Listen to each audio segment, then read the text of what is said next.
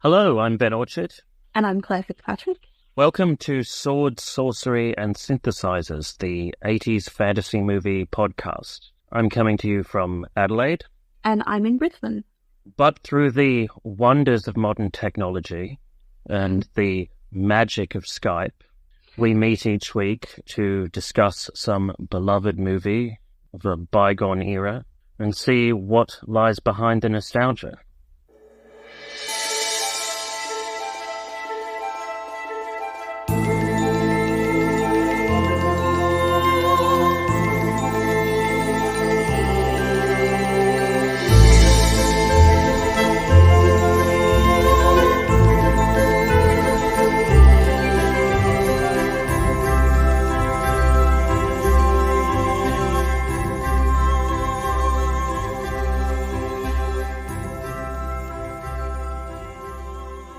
So Claire, I was thinking maybe we could talk about Ladyhawke this week. Talk about a film that's really on brand for this podcast that is called Sword, Sorcery and Synthesizers. Because we started off with Neverending Story, which has lots of magic and synthesizers on the soundtrack, but not much in the way of sword play. And then we did Conan the Barbarian, where there's plenty of swords and sorcery, but had this really grandiose orchestral score. And ever since we haven't really done anything that has all three, the sword, sorcery and synthesizers. I suppose Big Trouble in Little China had those three things. Yeah. Although that was more of an urban fantasy. It's not what people would normally think of when they hear the word sword and sorcery. I think also they were like, what? 80s fantasy, podcast? What is this doing here? This is random. Until you listen to it and understand our reasonings, why it fits. Well, I must admit I chose the title Sword, Sorcery and Synthesizers just as a bit of, tongue-in-cheek wordplay. Because you say fantasy to people a lot of the time, the first thing they think of is swords and sorcery. Also, there is actually an 80s fantasy film called The Sword and the Sorcerer. But I think I just threw in the synthesizers thing because that's such a fixture of 80s pop music. And I figured, well, they all go together if we're talking about 80s fantasy films. I'm actually just a rare author who loves alliteration. And just a person in general. I love alliteration. I know people can't stand it. But I'm like, more alliteration. So that's why I think it's awesome. But really, seriously, the only real qualifiers we had in terms of what we're going to cover on this podcast were it's a fantasy movie of some sort and it's made in the 80s. Which is why, we've included a lot of things that sort of, not what people would think to start with, like Field of Dreams or Crossroads. Yeah, but more that ambiguity, I think. It's it's not explicitly fantasy, but it's not really rooted in reality as well. So that has, fantastical elements, which are also just weird. So I think it counts. I think we're doing all right. On to Ladyhawke. This is definitely fantasy. There's a bishop who is thwarted in love. He's madly filled with mad lust for this fair maiden Isabeau that he can't have. And when he finds out that there's this noble knight who, they're both madly in love with each other, he's like, if I can't have her, no one will. So he makes a deal with the devil. I curse them both. She will be a hawk by day and a woman by night. He will be a man by day and a wolf by night. They'll never be together. I'm really into medieval times and the politics of medieval times and things like that. I listen to a lot of podcasts about, kings and queens of medieval times. And I can't think of who it is, but way back early, when England was still kind of being created, one of the earliest, I think, kings was like, if I can't have this with queen, no one can. And they start wars and things like that. And I don't know. And now I'm thinking of Helen of Troy. If I can't have her, no one can, and I will start a war. So it's just these women, how dare they be so obviously attractive and alluring to create these divides against people? Well, you're making me think of Henry VIII and how he obsessively pursued Anne Boleyn Exactly. to the point of creating all this political instability because of it.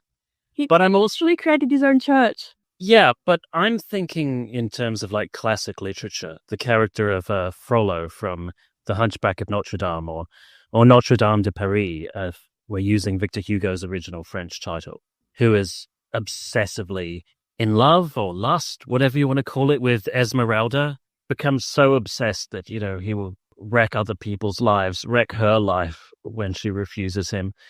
And the other thing is like the Bishop of Aquila in Ladyhawke. He's, you know, so obsessed with this woman Isabeau, that he would damn his own soul just to thwart the love that she has for this noble knight. Which is ridiculous. But then again, when we think about these times, religion was such a big focus in their lives, and religion, like, it's very, very serious.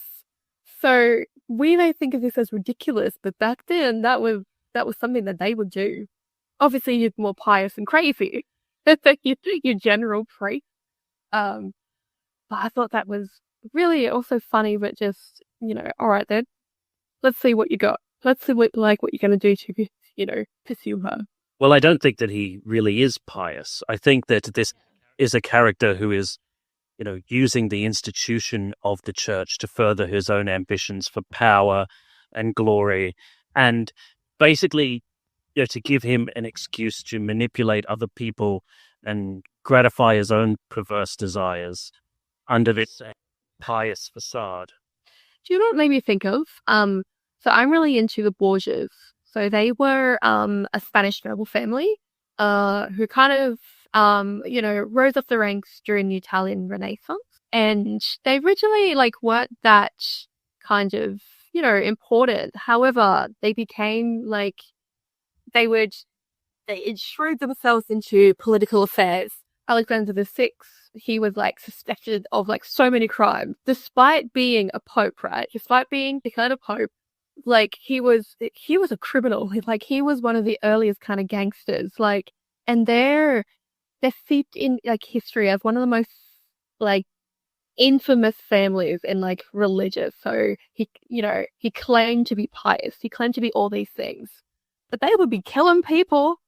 They would be they were incest, bribery, adultery. They even had their own poison, that Cantarella, that people, still don't know what it is to this day. Getting off track, but I mean that this, the character in Ladyhawke, I was like, that seems really similar to this family. Do you know what I mean? That seems similar to things that people used to do.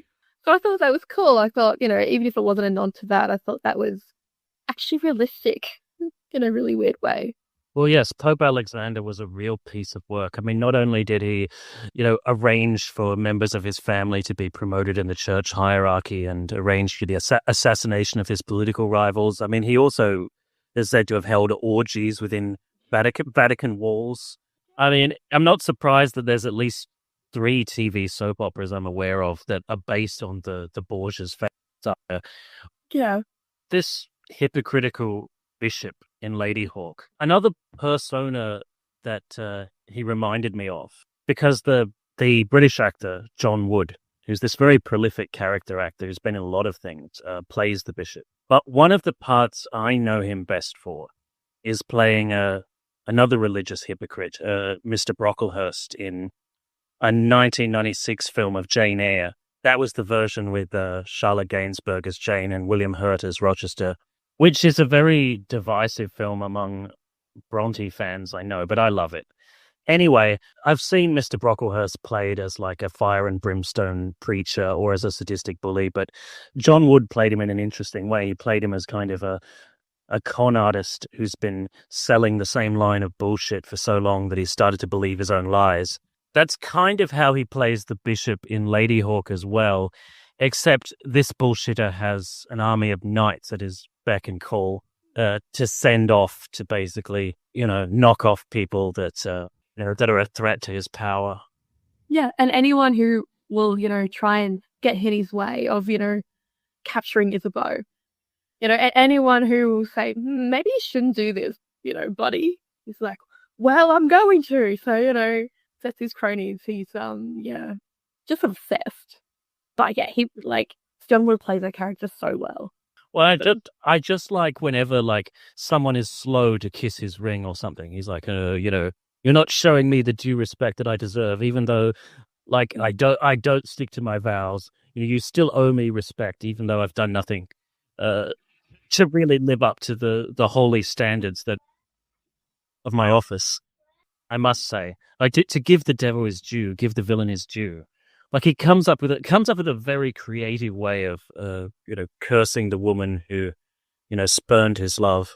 Pretty intense, decent curse. So we have forcing Nevada to transform into a wolf, at night, and Isabeau a hawk during the day. So it's they can't ever be together. If I can't have her, then you can't either. But I'm just yeah, but they're bound to this tragic curse, and I just think it's so crazy. I think that's another reason why I find Ladyhawke so touching, is the depth of the love these. Even once they have been cursed, they don't, part ways and try and live separate lives. They stay together, traveling the world with one as the familiar of the other. Yeah. And, travel the world trying to seek a way to break the curse. They say in the film, always together, yet always apart. Yeah. And I think that's one of the really great themes of this film. So we have, that love and sacrifice. You know what I mean? So they love each other so deeply. And yes, it's not, it's not their fault, but they do have to sacrifice a lot to be together. And I think, they have this deep bond and they're willing to endure this. And I think that's also, it can be said of, the sacrifice of love, getting not wishy-washy, but, love can be hard and it can be difficult to maintain a relationship. And they obviously have an extra difficulty, but I really love that message, I suppose, is that, faced with impossible odds, we're still going to be together. So screw you.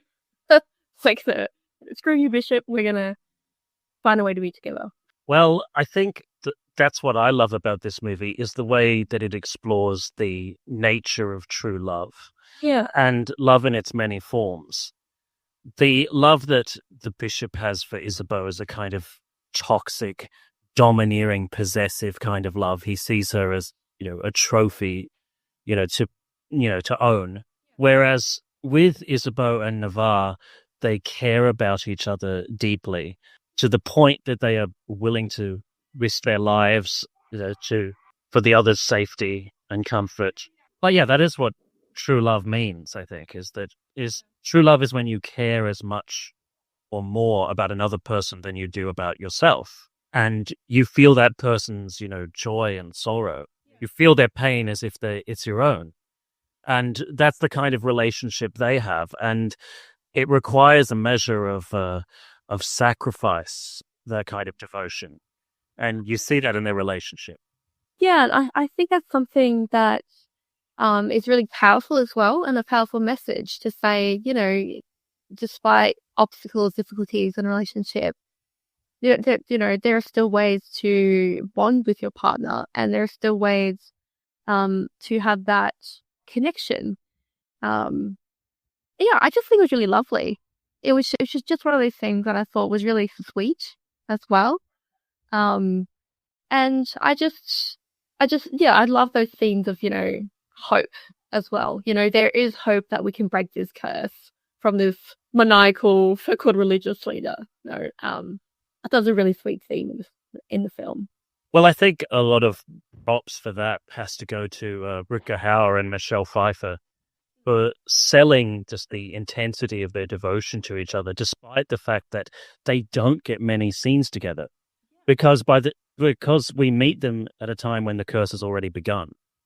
And they only get one scene at the very end of the movie where they're, reunited. Yeah. And in between, they're entirely separate. So they have to sort of sell the audience on their devotion to each other a lot of the time. And also the way that they both relate to their partner when their partner is in animal form. Yeah. Also tells that in an odd way as well. I think, yeah. So it's also the way that they talk about each other, I think, even though, you know, the other person's not there, or the other person is in animal form. And when they talk about, you know, two people, they, you know, meet along the way on the quest and everything like that. I think that's really lovely as well. And even though they can't say those things to each other in human form, I think they're showing their love to each other, the way that they're describing each other to people, you know, like Philippe, you know, the self-serving thief who comes along. But yeah, I think that's a really good way for them to interact and have that relationship with someone else. Well, I think that's, you know, our cue to bring in, you know, Matthew Broderick, ragamuffin teenage pickpocket that, you know, escapes from prison and then gets into a tavern brawl and is, you know, his ass is saved by Navarre, who happens to be along at the time, and then like he tags along as basically Navarre's squire, and becomes his sort of sounding board. Like you were saying, Navarre and Isabeau have to sort of, you know, he's like a go between the two lovers. Like, you know, when I'm a wolf and, you know, she's the woman, can you tell me that, you know, I love her or whatever, that sort of thing. It made me think of you know, like I know it's silly, but in, you know, teenage fights, right, you know, between friends, can you tell this person these things? You know, no, I'm not speaking to them and stuff, but it's just like, you know, can you tell so and so this? Can you tell this person that? And it's like that you can't really speak to the person. You have to speak through someone else. Not the same, obviously, but it just made me think of that, of having that third person to intercept your relationship. But in this case, it is a good thing. You know, in this case, it's a way for them to still, you know, communicate a bit more, which is great. Well, and also because they're both very, you know, serious, brooding, tragic characters, having this, you know, more flippant sort of happy-go-lucky character bounce ideas off, you know, words off of, it sort of adds, you know, some spark to the dynamic, adds some levity to, you know, this very sort of tragic, star-crossed love story. But also, the thing about Philippe is that, I mean, you mentioned tropes of teen films. This was Matthew Broderick. It was at a point in his career when he was something of a teen heartthrob. And it was made the year before another film of his that's become something of a cult classic, Ferris Bueller's Day Off. One of your favorites, I know. And in that film, like, Ferris Bueller would frequently monologue direct to camera. Philippe does something similar in that he's constantly praying to God, but like his prayers to God are more like a stand-up comedian's routine. One of the notes I made while watching was, is this just Ferris? Is this just him, you know, time traveling or something like this? Is this just a way for him to get his day off again? And I thought that was great. Like, whether it was, you know, unintentional or anything like that, I think Matthew Broderick, like, he's just great at that kind of character. He's great at that humor. And I was just waiting for him to turn and, like, break fourth wall and just stare at the camera and, like, you know, talk in the way that he did in Ferris Bueller's Day Off. So he was just great. He was so good. Yeah, amazing. Well, this was made a year before, so it couldn't have been intentional. Although I know that I read a retrospective review or retrospective comment on the TV Tropes website that described his character as basically Ferris Bueller swanning about medieval France. All right, so yeah, so when was the production of Ferris Bueller? When did he first get the script? Like, obviously we don't know these things. Maybe he got the script around the same time he was making Ladyhawke. Or who knows? Or maybe that's just his, you know, his personality coming through, shining through in his characters. We don't know, but it would come anyway. It could be typecasting. It could be just a meaningless coincidence. I don't know. But it was fun. He does get to... I mentioned how he bounces off of Isabeau and Navarre. Yeah. Broderick sort of bounces off of Rutger Hauer and Michelle Pfeiffer very well. There's a fifth player in these proceedings, and that's Australian actor Leo McKern as this priest Tiberius. He's a drunkard, and in one of his like drunken ramblings, he confessed to the Bishop of Navarre and Isabeau's love for each other, and he blames himself for their curse because that's how the bishop found out about it. But he also has prophetic dreams, and he predicts that there's going to be an eclipse, that Isabeau and Navarre, if they stand in the church before the bishop during the eclipse as humans, then that's going to break the curse. Yeah, he's he's a cantankerous old man. He's very cynical, but he still retains a touch of idealism. And you see in his relations with Broderick how he's trying to get the young thief to reform at least a little. And there's this great line at the end of the movie where he's saying, when I get to the pearly gates, I expect to see you there, little thief. And then Broderick says, oh, I'll be there, Father, even if I have to pick the lock. I thought that was one of the funniest lines ever. I thought that was great. It made me laugh out loud.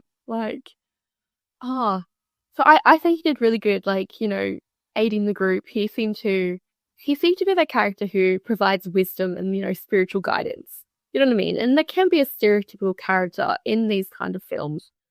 But I think he stood out, really well. And I think he bounced off everyone's characters really well.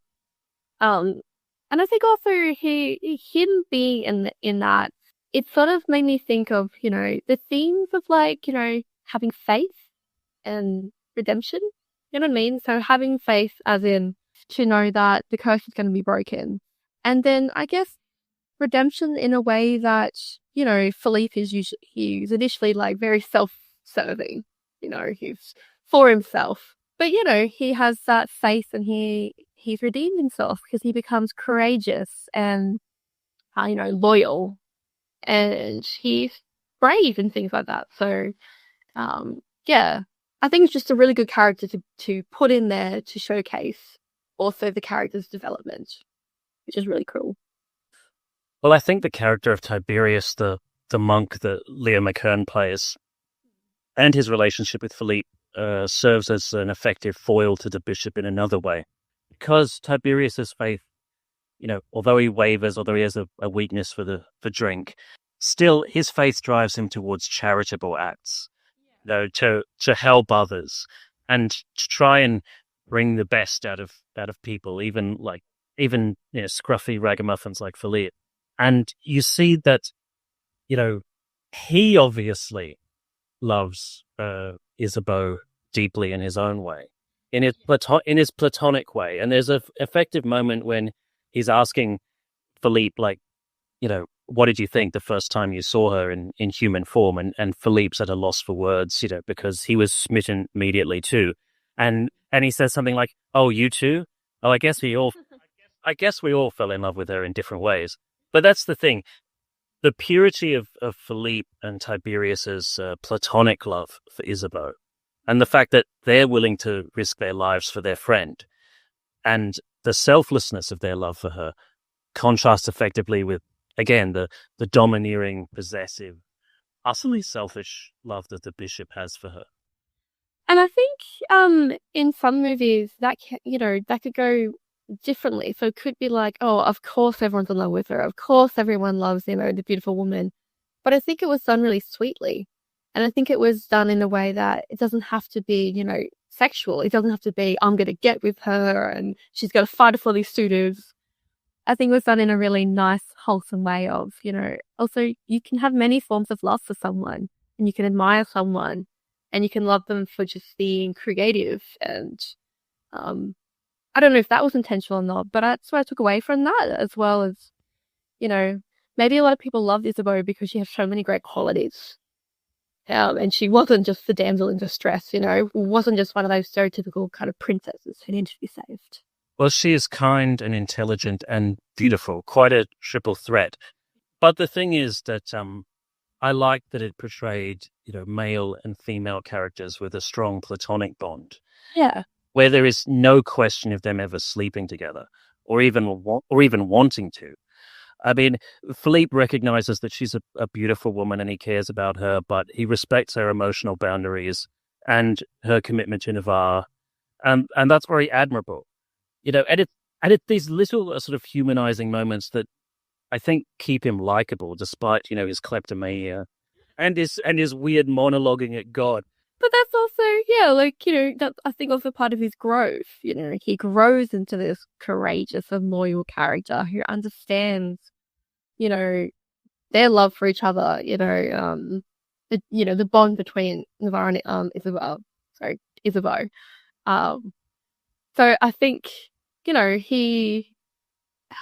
he's just a great character, and I think he grows as a person. I really like that growth.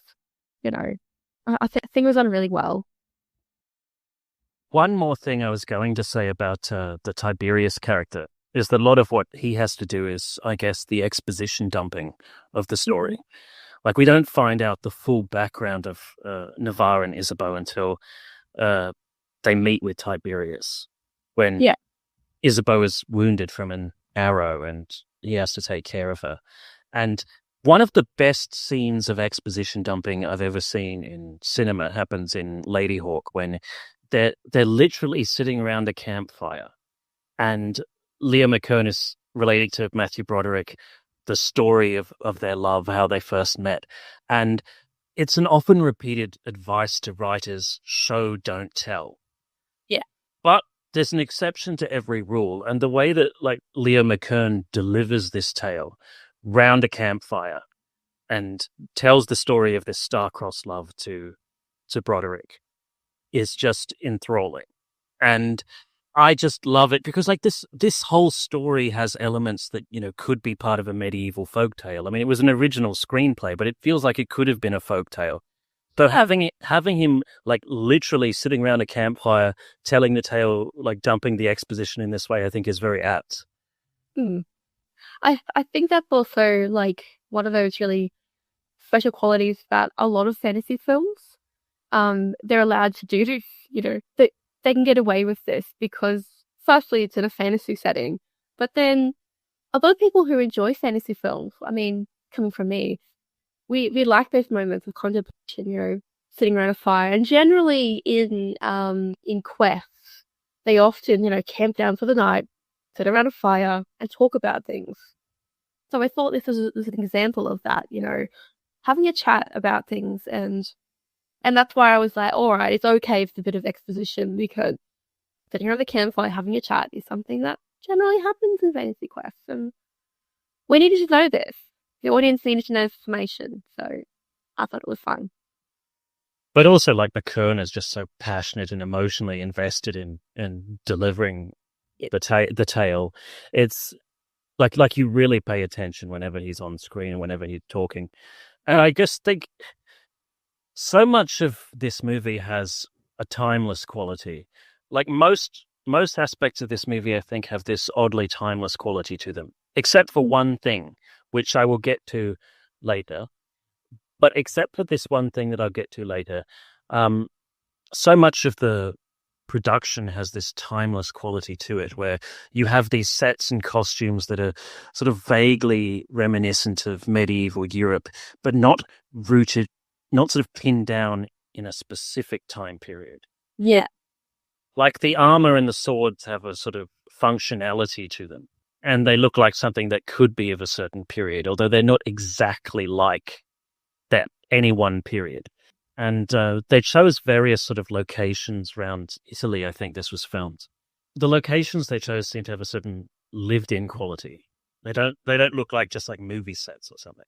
Yeah, and I think that's something that's really interesting about also that time period. And one of the great things is that a lot of structures of buildings, and in a lot of European places, and also in the UK and stuff like that, they still exist, and they're still there for you to get ideas from.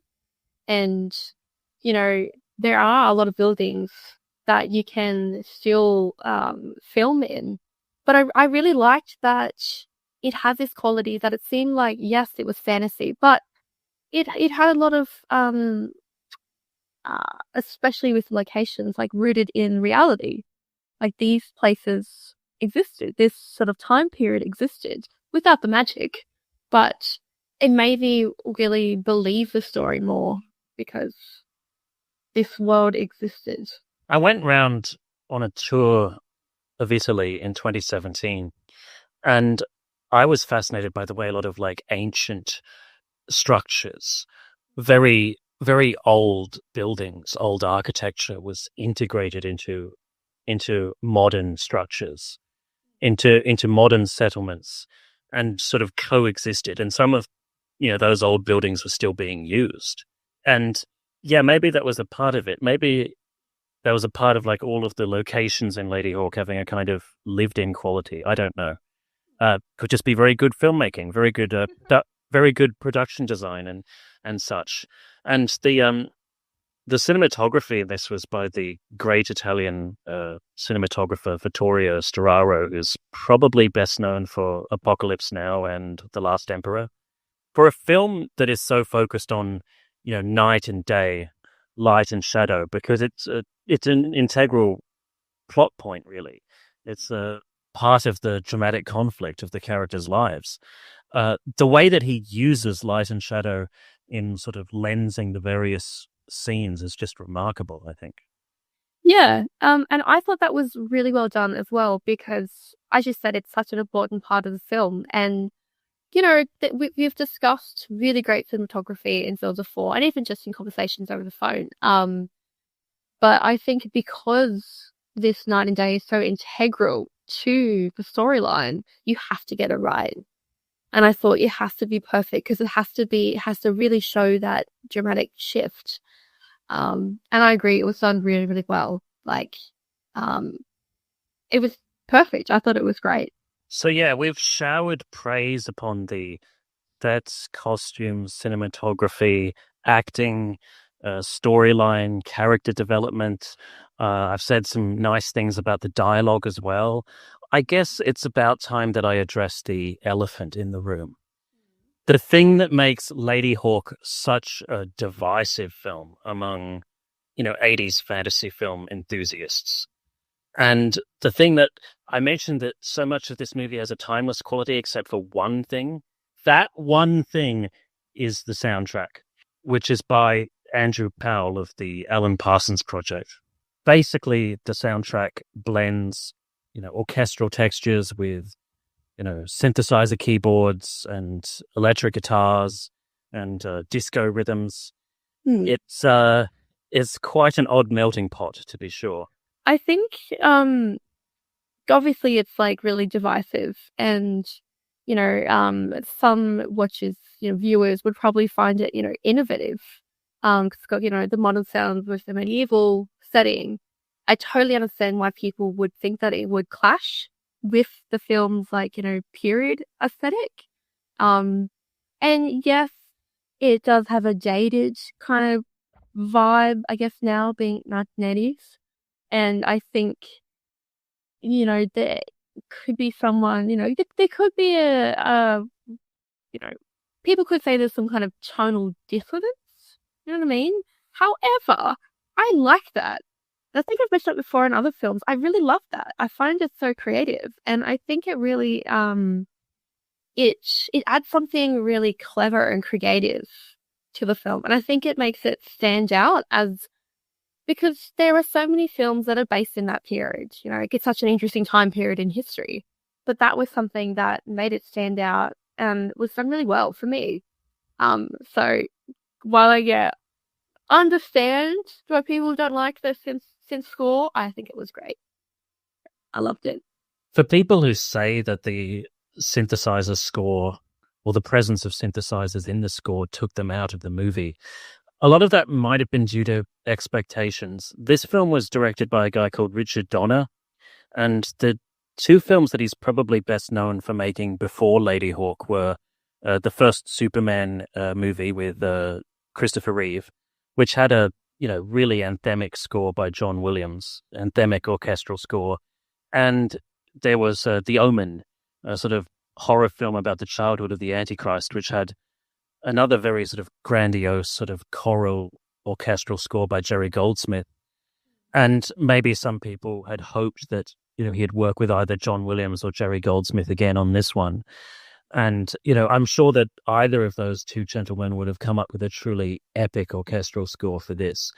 Mm. I read an interview with Donner where he said that he didn't want to make a pure historical film because this is a film that has, you know, elements of magic and the supernatural in it. And it's not, and it has sort of contemporary sounding dialogue in a lot of places, no these and thous. Mm. So therefore, he figured having a soundtrack that blended like orchestral elements with synthesizers and guitars and things like that would add to the otherworldly ambience of it all is what he said he was trying to achieve with this. Well, I think it worked really well because obviously we have, you know, the acting styles, you know, performances, especially like we've mentioned Philippe, you know, Matthew Broderick, because he's very modern and sarcastic. And I think maybe some people might think it's out of place in a medieval setting. And also they don't talk with, you know, these and nows and stuff like that. So there is already elements to the film that don't really fit into that time. So I think adding the extra music to it is fine. Well, you brought up a couple of other points there that, like two other points that people often criticize Ladyhawke for. The first thing is that, you know, this is set in, I don't know, it's set in a geographic location that kind of resembles medieval France, but nobody speaks with a French accent. Basically, Donna just said to the cast, look, just use your own accents. So we've got Americans like Matthew Broderick and Michelle Pfeiffer.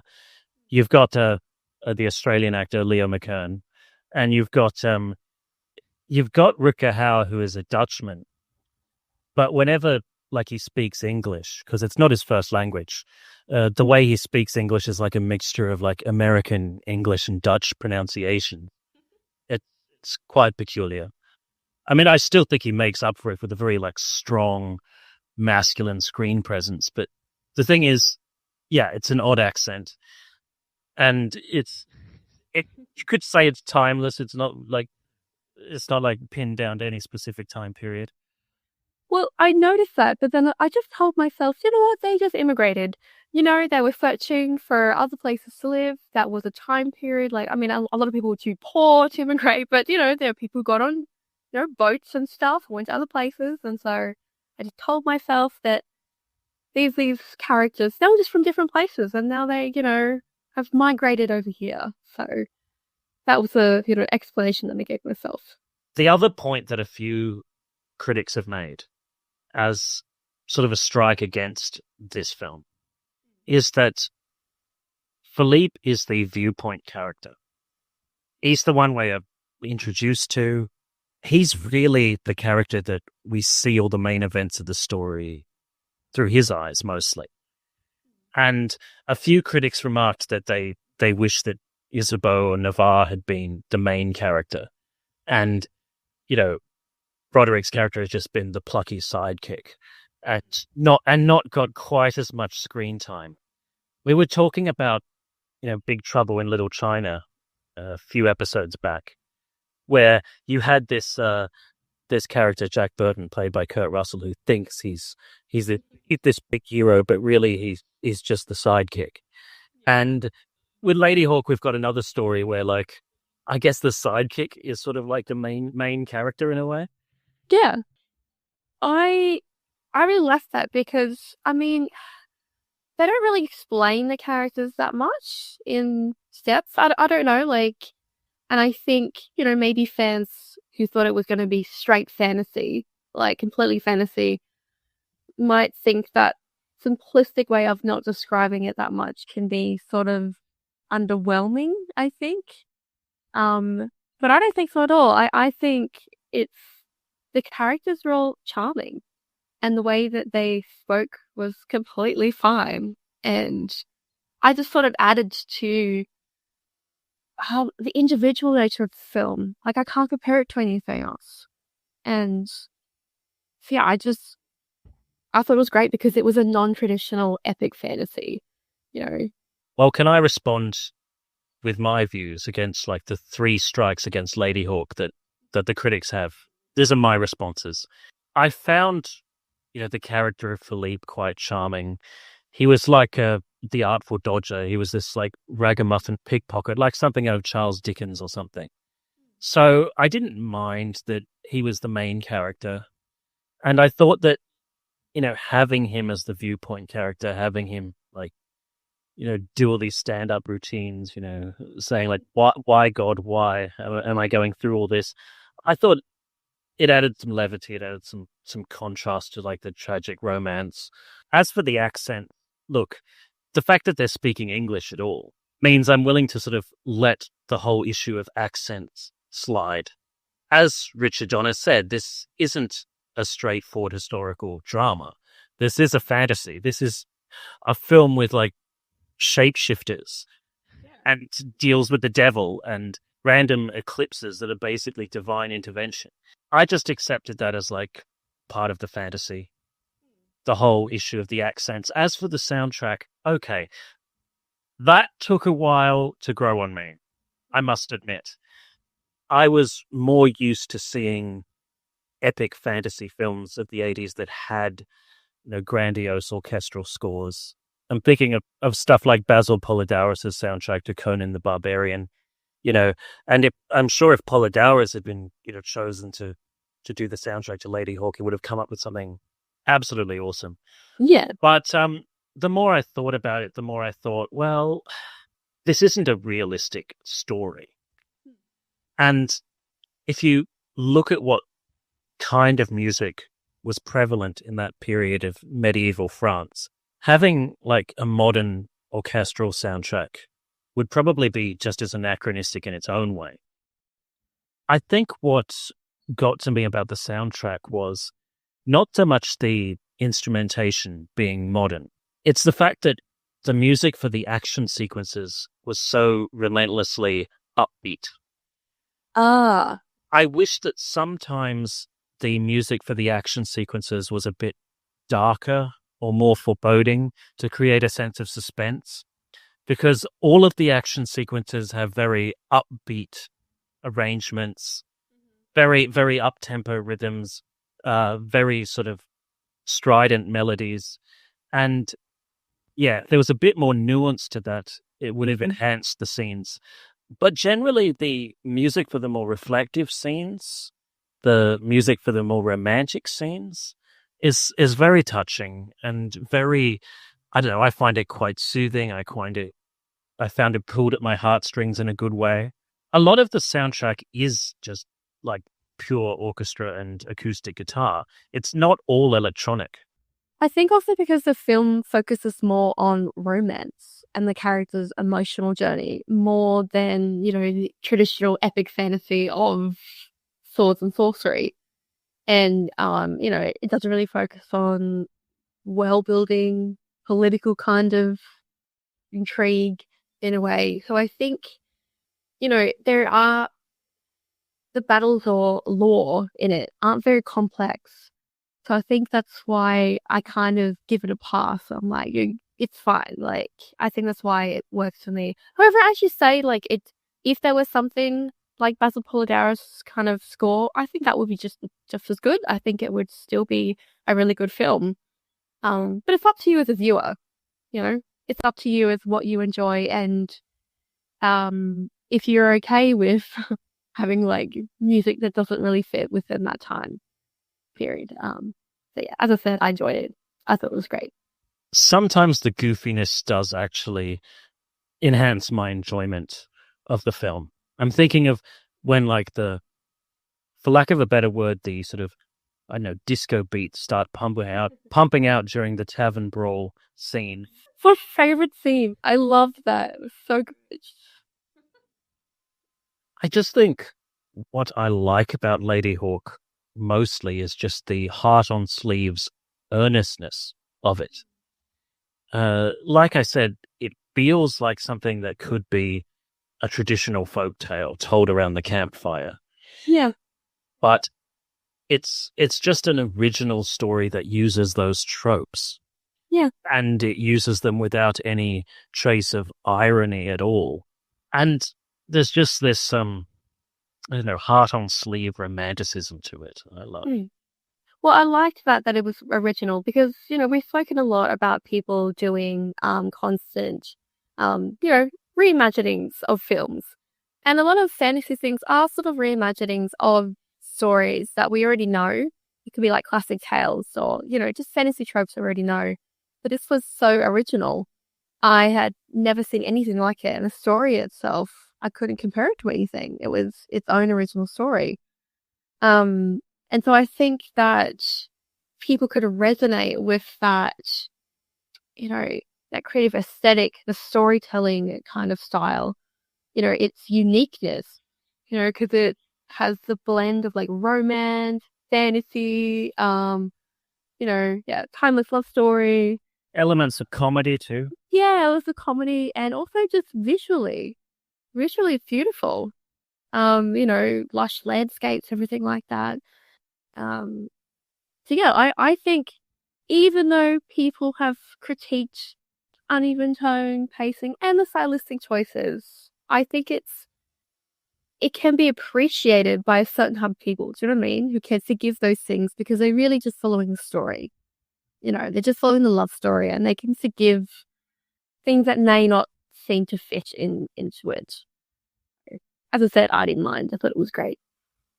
Yeah, and if anyone listening to this is a fan of like the New Zealand singer Ladyhawke, real name Pippa Brown, I think. This is where she got her stage name, from this film. I like Ladyhawke. She's great. So maybe they can do, a remake. Oh no, better remake. And it's just Ladyhawke music. Like it's just all her songs.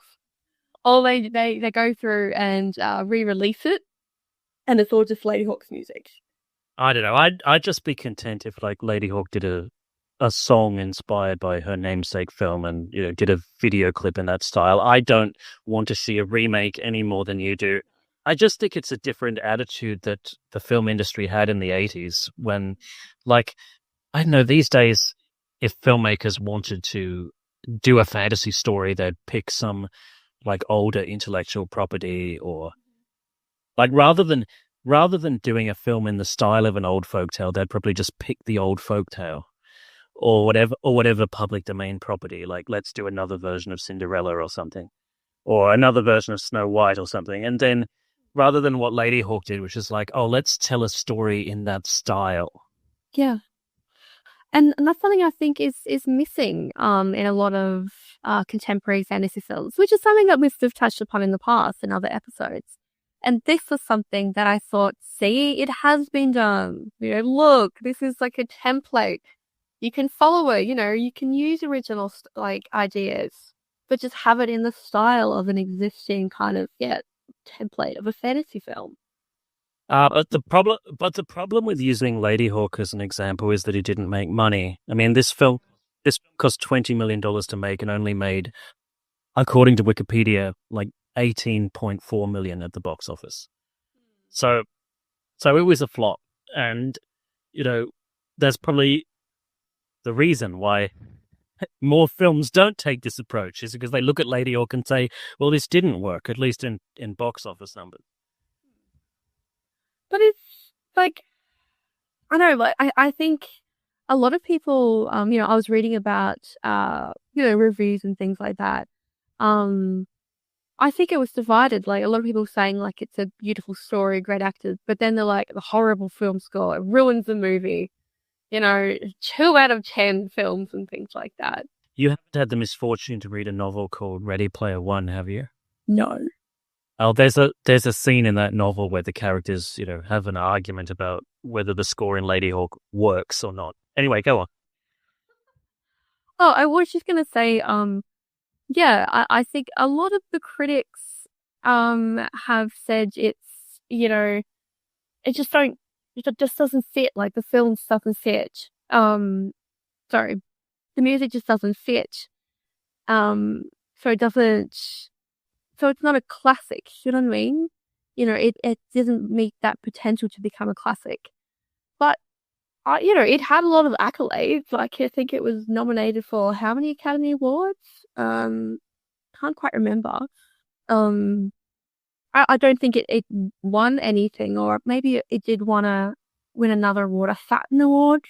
Ladyhawke was nominated for 2 Academy Awards, Best Sound and Best Sound Effects Editing. It didn't win either of those awards. It won a Saturn Award for Best Fantasy Film and was nominated in the categories for Best Actress for Michelle Pfeiffer and Best Music for Andrew Powell at the Saturn Awards, according to Wikipedia. See, that's crazy. So obviously, like, people who, judge these things can say, wow, this is really good. So that's why I find it so interesting that the critics can be so divisive, and just viewers in general can be so divisive, because it's like, this was done so well, it won awards, but people are like, well, doesn't matter, I still didn't like this. Well, you know what they say, there's no accounting for taste. The thing is, I would say Ladyhawke is the very definition of a cult classic. I've said this on other episodes, the difference between like a classic and a cult classic. Other than the fact that cult classics, normally didn't make a lot of money at the box office when they were first released. The other thing is that when you hear someone talking about a sacred cow of cinema like The Godfather, then they're always talking about how it's as close to perfection as a human artistic endeavor is ever going to be. Whereas with Ladyhawke or in other cult classic films, they always mention how the film is slightly flawed. Yeah. But a lot of the time it's these very flaws that, they're loved as much because, as in spite of their flaws, a lot of the time cult classics are. Yeah. And I mean, it ticks all the boxes. It's got, unique storyline. It's got, memorable characters, the synth score, visually it's beautiful. It's got, the themes, that it's got that, like, nostalgia through it. And I don't know, like, I'm not sure about its fandom. I don't know about that, but I know that it's, cult classic. It's really solidified as a cult classic. All I can say is that the people I've met who love Ladyhawke, they love it passionately. My aunt is a huge Ladyhawke fan, including the score, and yeah, she absolutely loves it. She sort of tears up at the scene where, like, Isabeau and Navarre are reunited in the church, and the heroes come together in a group hug, and Isabeau says to Philippe, you're the best friend we've ever had. Like, that gets her every time. And I remember watching it with my mum and saying, like, she thinks it's cool just because of the cool horse that Navarre is riding, because my mum used to ride horses, and like any film with a cool horse in it has, got her attention. So does she like Tangled with the cool horse? I don't know if she's seen it, but it's live action horses. It's, movies, live action movies with real horses. That's what gets her attention. Okay, well, I think they add to the whimsical nature of the film, and why it continues to, I guess, have fans. Like, I think it's something that adds to the longevity as well. And even though it didn't really, as we've mentioned, receive sort of mainstream critical acclaim, I guess, like, I think it's really solid. I think it's a really good film because it's something that it's solidified as a really great fantasy movie, and something that I reckon, I don't know, I haven't looked it up, but it's probably in like a list of top tiered fantasy films. At least I think it should be. Well, when you were picking artwork to put as a banner on the Facebook page for this podcast, and you found this collage of images from fantasy films that you could use, and, Ladyhawke was there in a position of prominence, alongside stuff like The Princess Bride, which was more successful. It definitely has its place in the pantheon of 80s fantasy cinema, and I really enjoyed revisiting it. And it's got swords, sorcery, and synthesizers. Like, what more could you want?